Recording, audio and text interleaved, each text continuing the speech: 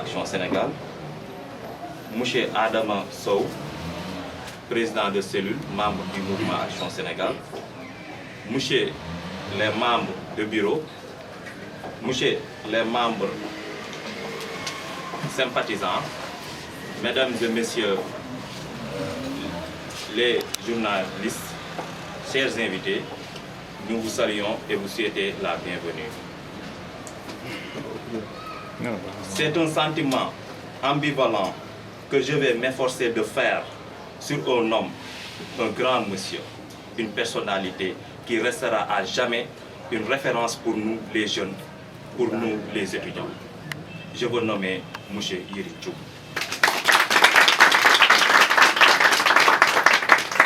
Ce grand monsieur qui a incarné dans toute sa splendeur le social, l'entraide et la solidarité. Président, vous nous avez séduits par votre prestance et votre fierté toujours affichée. Vous êtes un homme au destin et à la carrière remarquable.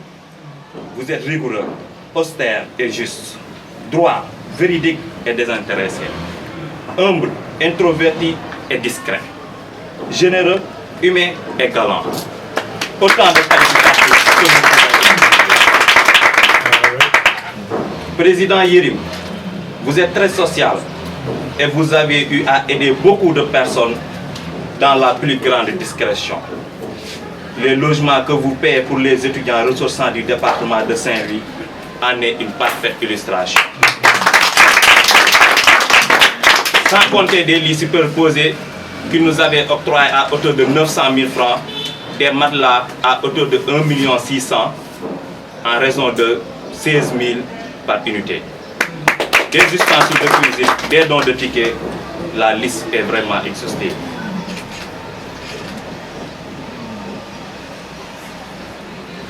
Président Thioub, vous êtes très humble, d'une grande simplicité et très cordial.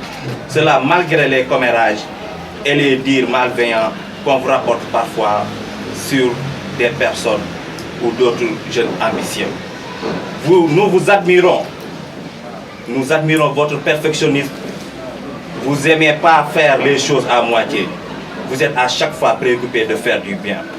Vos commentaires sont souvent le rire et le sourire. Vous s'abstenez souvent de donner un point de vue sur des questions très délicates. Vous aimez toujours servir et être utile. Président, vous êtes toujours soucié des conditions de vie de la communauté en général et des étudiants en particulier. Vous n'avez jamais cessé de nous aider, de nous conseiller et de nous accompagner. Votre grandeur d'âme n'a d'égal que finesse d'esprit. N'était peut-être pas la perfection, un attribut n'appartenant exclusivement qu'Allah le Tout-Puissant, mais vous pouvez être admis dans la catégorie de l'excellence. Au nom de tous les étudiants du MAS, je prie qu'Allah le Tout-Puissant vous couvre de sa grâce infinie et répande sa miséricorde sur vous, sur votre famille, vos collaborateurs, vos voisins et vos sympathisants pour un Sénégal meilleur. Nous sommes le président Thioub, nous sommes le président Diop et G, ak membre bureau bi yëpp di nuyu Awa di nuyu étudiants yëpp di wax président dalal ak jàmm comme Diop ni mu ko waxee mënuñu la fay li ñu defal kuy wax dëgg te yàlla rek tax ku jël logement jox la ça fait 3 voire même 4 ans logé la jox la ay matelas et tout nga dëkk te benn membre famille dëkku fi jarbaatam dëkku fi leneen dëkku fi amaana ñi fi dëkk sax moom xamu leen président ñu ngi lay sant di la ñaan yàlla loo mën ren rek yàlla nga mën déwén lu ko di la ñaanal yàlla gudd fan bu ànd ak wér nga yàgg fi lool incha allahu rabbi ba mbébét yi nga bëgg yépp nga mottali ko. On parle au nom de tous les étudiants, vraiment on vous remercie on vous remercie di la ñaanal bu baax a baax yàlla na la yàlla fay li ngay def ci étudiants yëpp gis nañ ko ñu ngi lay sant bu baax a baax di la ñaanal yàlla yokk la kàttan dooleel la bu baax a baax yàlla fay la. Bonjour tout le monde. Donc nous saluons d'abord, nous disons d'abord Alhamdulillah Rabbil Alamin par la grâce de Dieu qui nous a donné aujourd'hui l'occasion, mais même l'opportunité que nous avons tant rêvé, rencontrer M. Yerim Thioub que nous n'avons jamais vu. Donc Alhamdulillah. Et d'abord nous le saluons et nous souhaitons quand même la bienvenue donc à sa délégation. Donc je ne vais pas être trop long parce que les précédents ont presque dit quand même l'essentiel. Donc je salue d'abord les membres du bureau MAS en disant à M. Yerim Thioub que vraiment rassurez-vous parce que vous avez pris une très belle initiative, mais l'essence que vous avez, c'est que vous l'avez mis dans des mains très sûres, je peux même dire. Voilà, les membres du bureau, à sa tête, le président M. Diop, Mme Dior, secrétaire Gakou, grand Abdou qui nous a rejoignis il n'y a pas très longtemps. Vraiment des grands frères qui nous soutiennent, qui nous guident sur la bonne voie, des grands frères qui nous motivent. Donc vraiment c'est à saluer. Je salue également l'ensemble des sympathisants de MAS, mes camarades étudiants, que je profite de cette occasion pour dire à M. Yerim Thioub également que vraiment ce sont des hommes humbles, des gens très très respectueux, donc qui incarnent eux aussi entre étudiants la solidarité, l'entraide, mais surtout la tolérance. Comme vous le savez tous, c'est pas facile quand même, voilà, de quitter chez soi et venir s'installer dans ces genres de locaux. Mais toujours il y a la tolérance. J'en profite également pour saluer nos charmantes Amazones, les jeunes filles que je vous demande d'applaudir. Vraiment, oui, je le dis sincèrement, oui, le Ramadan vient juste de terminer. Elles ont bien assuré quand même la restauration durant tout le mois de Ramadan. Et comme vous le savez avec les jeunes, donc c'est tous des gestes à saluer. Mais également, M. Rawan Diop l'a tantôt dit dans ses propos. Donc vous pouvez vraiment limiter votre initiative voilà, dans la région de Saint-Louis, ville de Saint-Louis. Mais alhamdoulilah, au moins vous avez pensé aux autres communes de la région de Saint-Louis. Donc moi qui vous parle, je suis de la commune de Pal. J'ai fait mes études là-bas, j'ai eu mon bac au lycée Mamran Ngom de Pal.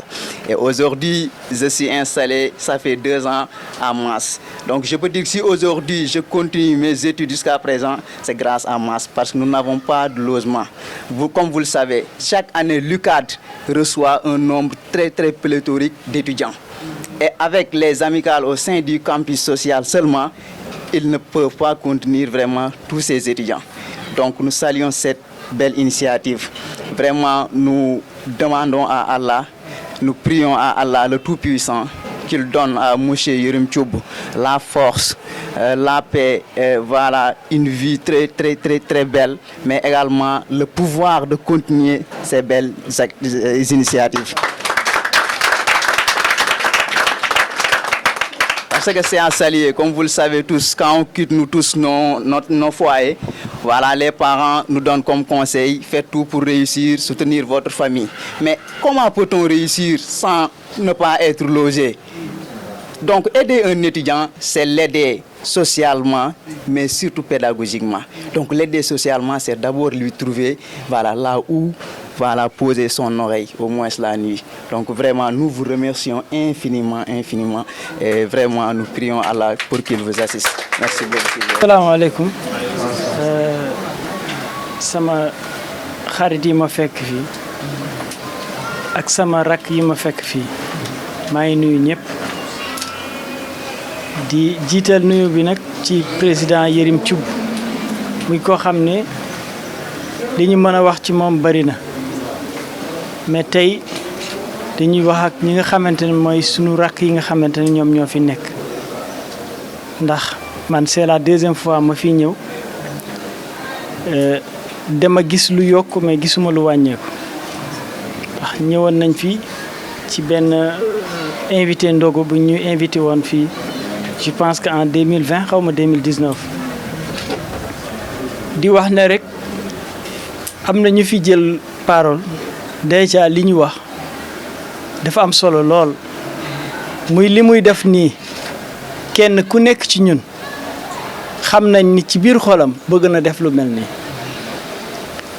mais nag loolu daf ñuy encourager à ce que lim ñuy defal ñun tamit ñu continuer di ko sàmm di ko teg foo xam ne ñun dinañ fi béy sunu wàll ba mu jeex ñu dem sunu yeneen rakk ñëw mën a continuer loolu parce que li am solo mooy yow mi fi nekk temps bi nga fi nekk bu jeexee da nga war a dem donc avant loolu yow da ngay def le tout pour bañ a yàq loolu parce que boo ko yàqee rek mooy yàqal nga ñeneen ñi nekkoon ci sa ginnaaw comme mënoo def lu mel noonu wala bëgg nga ko def te yegg goofu li nga mën a participer mooy nga fexe ba defar ko ba nga xamante ne ñii ñëw ci ginnaaw dinañu mën a continuer ci loolu ndax lii dañuy ñaan yàlla mu yaatu ba nga xamante ne dina nekk ay appartement yu bari dem bay loger lu ëpp 1000 étudiants ñun loolu la ñuy ñaan yàlla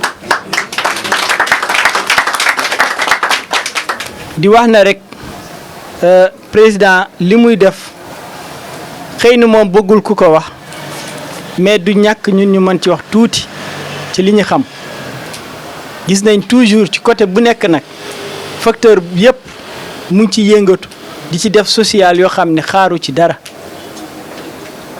mais nag man dama koy wax toujours ma ne ko man li tax may topp sa ginnaaw chaque jour parce que li ngay def laa bëgg roy xool fi nga tegoon sa tànk di fa teg sama tànk ndax bu ñu amee société bu mel noonu mooy tax sunu réew mi mën a dem ci kanam parce que li am solo mooy kenn mënul def lépp mais li ngay jéem ñeneen buñ la ci toppee ci lu baax rek day dem ba dëkk bi day baax léppay baax mais li gën a bon mooy ñuy royante ci lu bon loolu day yàq société day yàq réew te moom gis nañ ne moom xoolul intérêt ci gouvernement bi xoolul intérêt ci société bi mu ngi xool rek ne moom ci société bi la bokk te war na ci def lu baax te mu ngi koy def guddi ak bëccëg ci lu ñu yëg ak lu ñu yëgul kon dañ koy ñaanal moom it gudd fan ñaanal ko wér ñaanal ko yàlla dëgëral taxawaayam di sant nag ñi nga xamante ni ñoom ñooy bureau bi nga xamante ni ñoom ñooy gérer fii di ci jiital Pape Diop ndax gis nañ ne moom tamit man bi ma ko xamee ba tey gis naa muy sonn ci lu mel nii Abdou Mbaye ñoom ñoo bokk nekk Saint-Louis ñooy bokk di demandoo ci yu bari gis naa moom tamit taxawaay bi mu am ci wetu président ñun ñëpp nag dañuy wax ne rek mënuñu defal président dara mais li ñu mën rek ci li nga xamante ne moom la gëm ñu dimbali ko ci loolu moom li mu gëm mooy fexe di dimbali doomu aadama moom li mu gëm mooy développement comme yooyu la gëm nag ñun ci yooyu lañ ko mën a dimbale parce que loolu rek moo ci am solo nit ki li ngay def sa bopp rek nga koy defal defaloo kenn man dama jàpp ne li muy def yépp defalu leen ko boppam lay defal parce que un jour yàlla dina ko fay ci côté bi wala mu fay ko ci côté benn ci lu mu yëg ak lu mu yëgul kon li muy def boppam la koy defal mais ñun tamit nañ continuer ci loolu xam ne li ñu war a def sunu bopp lañ koy defal nañu fexe daal xam ne ñun ci société bi lañ bokk te ñun ci ñi war a defar société bi lañu bokk kenn ku nekk ci ñun nag ndaw la fu ñu teg nañ fa tegoo mais ñu nekkee fa nekkin bu rafet. Aleykum maa ngi leen di nuyu yéen ñëpp ku ci nekk tur am ak santam di la nuyu bu baax monsieur Yerim Thioub di la sant aussi parce que man je suis nouvelle bi ma fi ñëwee yàggul mais avant ma fiy ñëw laa kiiw ak samay xarit yu nekkoon fii ci maison laa nekkoon familiale mais dan ni ma situation yi ngay dund foofu noonu xanaa doo dem maas xam ni foofu di nga fa nekk ci jàmm ak salaam te di nga mën a jàng normal te doo am yenn difficulté parce que famille la ñuy dund foofu. léegi si laa fi ñëw ci août bi mois d'août passé pour mën a yeggali sama année parce que dafa demoon ba sama kii commencé yàqu sama jàng parce que circonstances yi ma doon dund la mais bi ma ñëwee fii gis naa ko vraiment li ñu doon wax yépp te loolu lépp c'est grâce à vous di la remercier bu baax a baax parce que sama papa ku compliqué la mais bi ma ko waxee fii laa dëkk yàlla seede na ni masu fi sax teg tànkam xool ban circonstance laay dundee parce que sama yaay daf ko expliqué man bi ma waxee sama yaay rek xam na sa tur déjà mu expliqué ko ni ko bu fekkee ni loolu la de du fa dund lu metti moom mooy dem rek muñ man de ku mën a dëkk ak man kooku moo baax ci laa xam ni waa maison ñoo baax parce que man moom mooy loolu di la ñaanal yàlla rek yàlla guddal fan wi wéral cër yi yàggal taxawaay bi ba lépp luy sa ñaan yàlla nangul la ko. maa ngi nuyu sama mbokku étudiants yëpp di jiite si nuyoo bi suñu président monsieur Thioub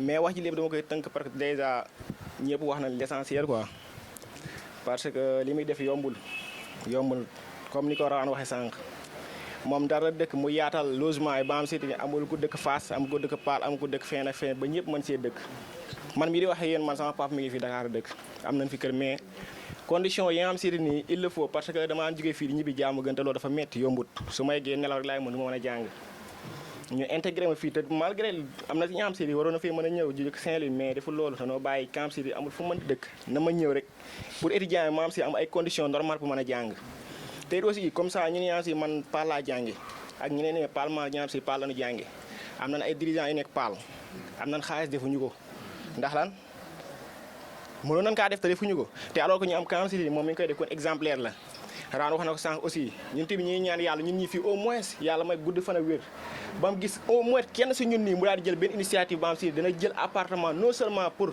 moom mu daal di fay coloré camp si am na koo dimbali woon ba loger ko mu daal di def loolu noonu daal di loger yeneen étudiant te ñun ñëpp ñu ñaan yàlla nañu yàlla dimbalee loolu moom tamit mu fekke ko ndax neex na tamit nga defal dara nit comme genre exemple lay joon nga maanaam da nga koo jàngal boo ko jàngal tamit yow gis nga ba bëgg nga tamit nga gis ko mu tari ko la nga jàngal mu ñëw def ko kon tamit loolu la amoon si lu may wax quoi. waaw salaamaaleykum maa ngi nuyu ñi fi nekk ñëpp di commencer ci nuyoo bi monsieur le président Yérim Thioub yaakaar naa ni vraiment lu mel nii maa ngi koy soogay fekke mais sama xol sedd na trop li tax sama xol sedd yàlla laa koy seddeel.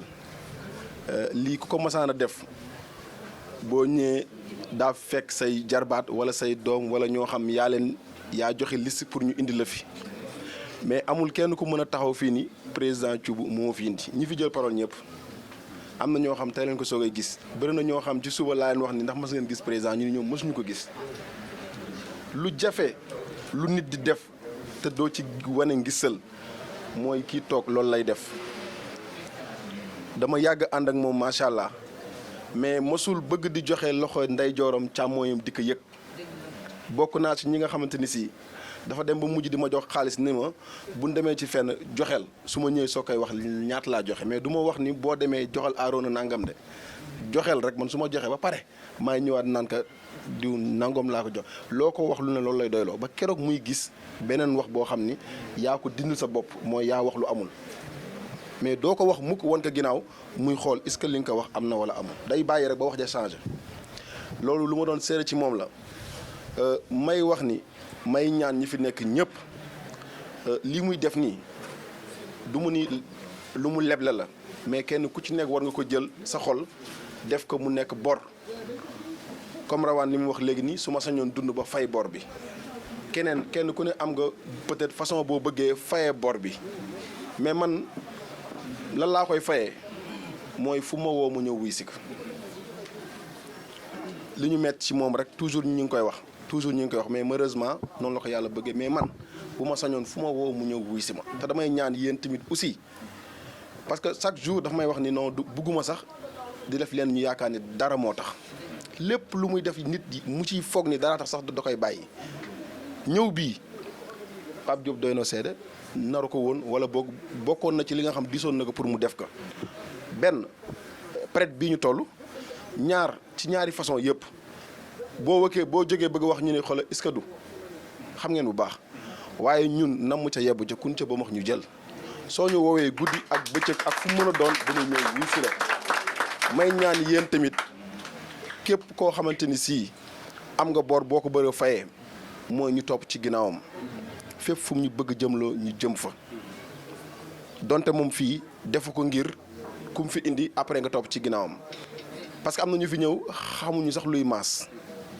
chaque jour dañ leen di wax ni maas mouvement action Sénégal mooy mouvement boo xamante ni sii solidarité moo ko tax a jóg di dimbalante comme li ngeen gis ci biir kër gi ngeen ñëw fi kenn neewu leen lii kenn neewu leen laa loolu mooy maas pour tënk quoi loolu mooy maas ñu koy ñaanal moo ko vraiment xaritam bi mu àndal ñu koy wax monsieur Adama Gueye mu nekk nit ku baax moom tamit yàlla na ko yàlla defal jàmm di ñaanal ñi fi nekk ñëpp vraiment membre de bureau yi ma fekk depuis bi ma fi ñëwee léegi yàggul au mois de décembre laa fi ñëwoon mais dama gis ni bu ma fi ñëwee lépp loo xamante ni si lu ñu nar def la dañ may woo ni ma grand Abdou kaay ma leen man bokk ma ci bureau bi ñu ne ma noonu mais teewul ci nga fekk di ma consulter ci yoo xamante ni si vraiment mënoon nañu ci bañ a fekk mais loolu cër la comme ni ko keneen ak keneen waxee maa ngi leen ci sant di leen gërëm bi ma fi ñëwee ba léegi nag kenn yabalu ma fi comme ni ma leen waxoon kenn yabalu ma fi te mi ngi nii toog kenn yabalu ma fi kenn neewul demal nga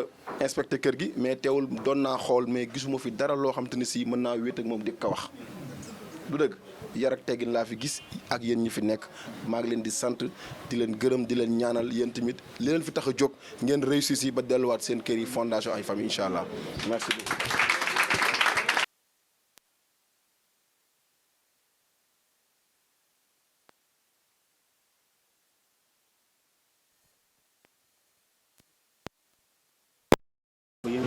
dama yaakaar ni sooy def dara doo bëgg di am doxalin boo xam ne day mel na yow mii da nga ci am objectif boo ci visé. C'est toujours une problématique très sensible. Comme on n'était pas sûr de notre désintéressement, donc on a préféré adopter la position de prudence qui consiste à ne pas aller en sargal. Malgré le désir que j'avais de vous rencontrer tous et toutes. Vraiment tey kontaan naa lool ni nga rencontré. Ah Madeleine Condé. Très bien, merci. Kii Aïdara, quand vous parlez devant des gens, je comprends ce que vous ressentez. Parce que li ngeen di ressentir moom moo lay ressentir. Je parle très difficilement devant un public. Question de timidité, question je ne sais pas comment l'appeler, mais non là. Je ne sais pas de me changer. Vous aussi n'essayez pas de vous changer. Mais quand vous parlez devant les personnes, vous devez fermer les yeux mentalement. Sinon, rien ne sortira. Ceci étant dit, vraiment, je suis content de l'ordre dit. Nous sommes je remercier si sargal bi. Sargal bi lu rëy la si man, lu rëy la si samay mbokk, parce que je suis à la fois du Waalo et du Gandiolé. sama mbokk yu bare bëgg nañu ñëw mën leen déedéet soo leen defee ay kaar ñoom ngir ñeneen man dootuma dem si sargal. Non seulement nous avons des problèmes d'espace, mais aussi comme c'est contre ma philosophie. Les choses doivent se faire discrètement. Tout à l'heure, le président Pape Diop a utilisé le mot de introspection. Dëgg la. Beaucoup de choses que je vis, que je le ressens à l'intérieur. Donc, il faut faire du guérir. Mais, il y a une constante aujourd'hui. Content pour plusieurs raisons. Un, ben rencontrer les. Deuxièmement, je constate que le message est bien passé. Je vois aussi, tu as dit, des anciens et des nouveaux. J'entends des déclarations, ça vous montre que parce que vous avez une capacité dans le def. Je vois que la leçon a été bien retenue par certaines personnes.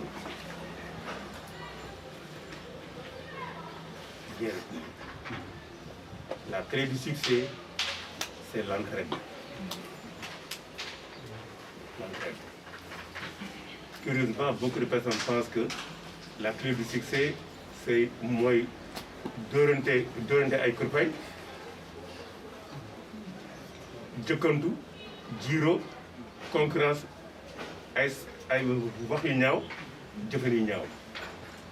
Ce sont des gens malheureux qui n'ont rien compris. Rien compris. La clé du succès réside dans votre devise à vous, Maison du Mars. C'est l'entraide, c'est la solidarité et quoi encore tout à l'heure. Ah, et tolérance. C'est ça la clé du succès. Tout à l'heure, je suis tombé sur une vidéo que vous m'avez envoyée. Dans cette vidéo, on montrait des journalistes du président Pape Diop. J'espère que le président va circulariser ça. Ça résume vraiment en images les objectifs du Mars. C'est une vidéo, nous sommes devant un mur.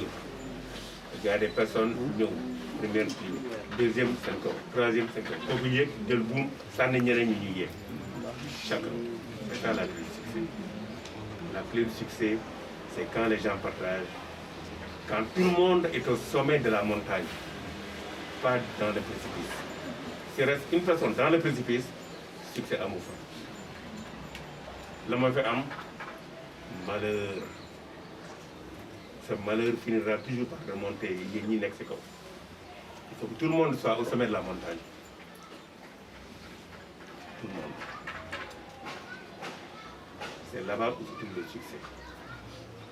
C'est là-bas où se trouve l'entraide, la solidarité et la tolérance. Et c'est au sommet de la montagne. Quand tout le monde est au-dessus. Moi, je suis confiant dans la Maison du Mars. Ceci étant dit, vous voudrez commencer par le commencement. Commencer par remercier tous les intervenants. J'ai pris bonne note de tous les intervenants. Tous. Je vais remercier des instants. Commencer par le commencement aussi signifie saluer le bureau du Mars évident à la tête duquel, le français est très... Bureau duquel, bon, ce n'est pas de laquelle, c'est très bien. Bureau à la tête duquel, bureau, vous précisez, sinon nous comptons le crayon rouge, surtout le président Pape. Le président Pape, je suis satisfait du travail que vous menez. Tous les membres du bureau. Lui, j'en aurais été incapable, nous en aurions été incapables nous-mêmes. De former, de forger cet esprit d'entraide, de solidarité et de tolérance. Vous avez beaucoup contribué à cela, ainsi que les étudiants et les étudiantes qui sont là, les anciens comme les nouveaux. C'est votre succès, ce n'est pas le mien. Donc, président Pape Diop, félicitations. Secrétaire général, félicitations, ainsi que tous les autres membres du bureau. Safna Dior, félicitations. Tout le monde. Soy lim, forcément d'ailleurs pas.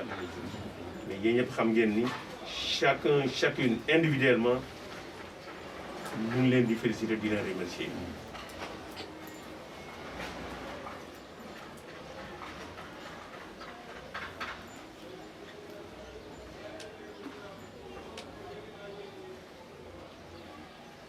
Nous avons la parole. Le président Pape Diop, il y a Safna Dior, il y a le secrétaire général, il y a Mme Diop Awandiaï. Merci Mme Diop. Et félicitations également. Et mes excuses pour ne pas avoir pu assister à votre mariage. Mais ces félicitations sont là, ainsi que toutes les autres qui sont mariées entre temps. Ravan Diop.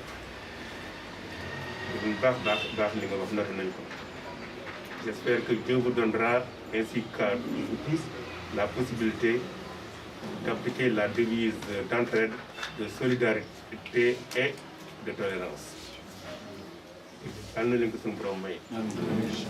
Mohamed Fall, Ousmane Niang, qui a parlé de Pambay Ndeysaan gaañu na mais ñu koy ñaanal merci Ousmane de la rappel Maïmouna Diop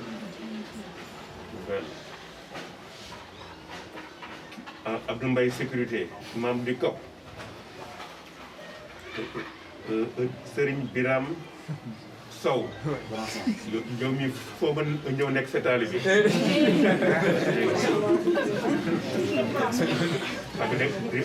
parce que da ngeen chiffré tout Modou Pène Babacar Sow Sey Bata Dieye Mariatou Dieng Seynou Dieye Aïchatou Aïdara qui de nouvelle et Madeleine Condé ainsi que last but not the least la ñuy wax en anglais Adama Gueye Sow vraiment yéen ñëpp ñu ngi leen di remercier maintenant pour aussi votre présence votre contribution aux objectifs du MAS mais aussi je vous remercie pour les cadeaux que vous venez de me faire. Ces cadeaux sont très importants pour moi. Les tableaux ainsi que le Coran que vous m'avez donné. Je suis loin d'être parfait, donc Madame Dangla. Mais ces imperfections que j'ai, qui sont inhérentes à ma nature humaine, ces imperfections sont inhérentes à la nature humaine, ne m'empêchent pas de chercher à être au sommet de la montagne, de quitter le caniveau. Pour rester dans le caniveau, il suffit de fermer les yeux et de suivre sa nature. Égoïsme, concurrence dans le mal, concurrence sagante, concurrence du bon. Ah, des fois, de moutalement. Mais je cherche à être nous le sommet de la montagne. Là où on respire un air plus pur que dans le caniveau. Là où on peut aider davantage et promouvoir des messages de Dieu, malgré nos imperfections. Donc chacun d'entre nous, nous y di man, góor ak jigéen am ngeen imperfection. Mais essayons de voir qu'est-ce qu'on peut faire. Qu'est-ce qu'on peut faire mu tuuti mu bare ba imperfection yooyu ñu wàññi si lu bare jéem a gagné lu bare loo xam ni nag ça nous élève. Donc c'est un message que je voudrais partager avec vous. L'autre message que je voudrais partager avec vous est le suivant. Personne d'entre nous ne sait ce qu'il deviendra demain. Dieu dit dans le Coran que man yàlla ma xam ni nekk seen kanam ak nekk seen gannaaw. Di seul. Tout ce qui s'agit, que ce soit au niveau individuel, au niveau politique, au niveau vie associative, familiale, xam ñu li nekk seen kanam ak li nekk seen gannaaw. Nous comptons sur la générosité de Dieu.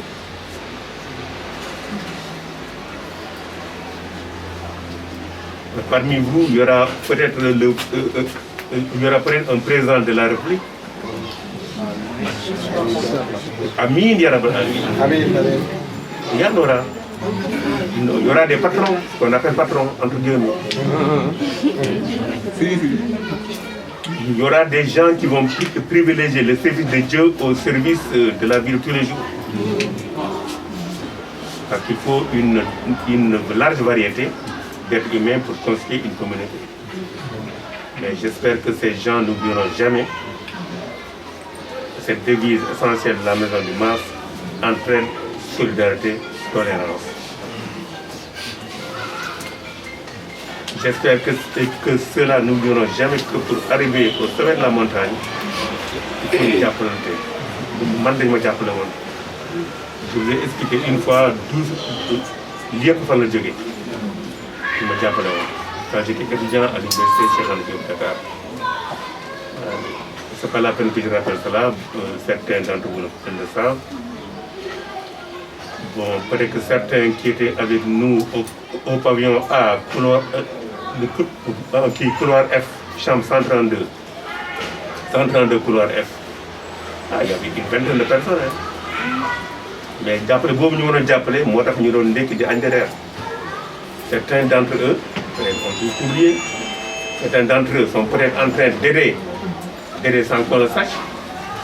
Certains d'entre eux, comme moi, peut-être nit ñi mën nañu teg seen bët tuuti. D'autres le font peut-être en toute discrétion et font peut-être plus que moi. Mais il y a des messages qu'on ne devrait pas oublier. Je vous invite vraiment à ne jamais oublier ces messages-là. Ceci étant, des questions d'être moins formelles, un peu moins sérieux, et détendons l'atmosphère. Si j'ai oublié quelque chose dans mon intervention, c'est l'imperfection humaine. Et si j'en ai rajouté d'autres que je ne devais pas faire aussi, c'est une forme d'imperfection humaine. En tout cas, l'essentiel, il est là. Entraide, solidarité, tolérance. C'est le secret vraiment de la vie. Ne faites jamais une concurrence dans le pire, dans le mal. Il m'a que de soxor, m'a que de dëgër, m'a que de ñàkk yërmande. Man su ma màttee du ma bàyyi. Am na ñu ndamoo loolu. Non, c'est pas ça. Pas ça, ak leneen ak leneen. Voyons les choses positives dans la vie. Il y en a tellement qu'une vie ne suffirait pas à positiver les aspects positifs de la vie.